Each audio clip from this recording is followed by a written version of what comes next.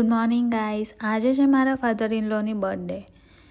તો ડે 69માં તમારું સ્વાગત છે. સવારે જલ્દીથી ઉઠીને મેં બનાવી લીધી ચા અને આજે હતો મારો હેર વોશ ડે, એટલે મેં કરી લીધા હેર વોશ. ઘરનું થોડું ઘણું કામ પતાવીને હું ને ભાર્ગવ બંને બેસી ગયા હતા કેક બનાવવા માટે.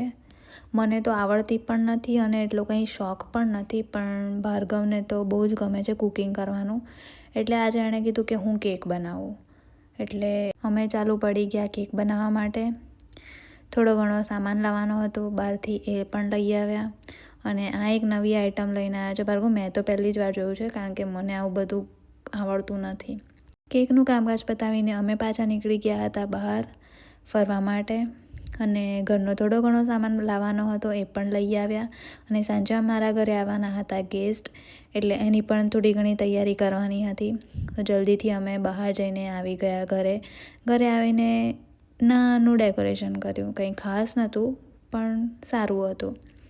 બધાએ સાથે મળીને અમે પપ્પાની બર્થડે કેક કટ કરી. ગેસ્ટ આવેલા એટલે એમની સાથે બેઠા, ડિનર કર્યું અને બહુ બધી મજા કરી. તો કંઈ નહીં, કાલના વ્લોગમાં મળીએ. ત્યાં સુધી bye bye, good night and take care.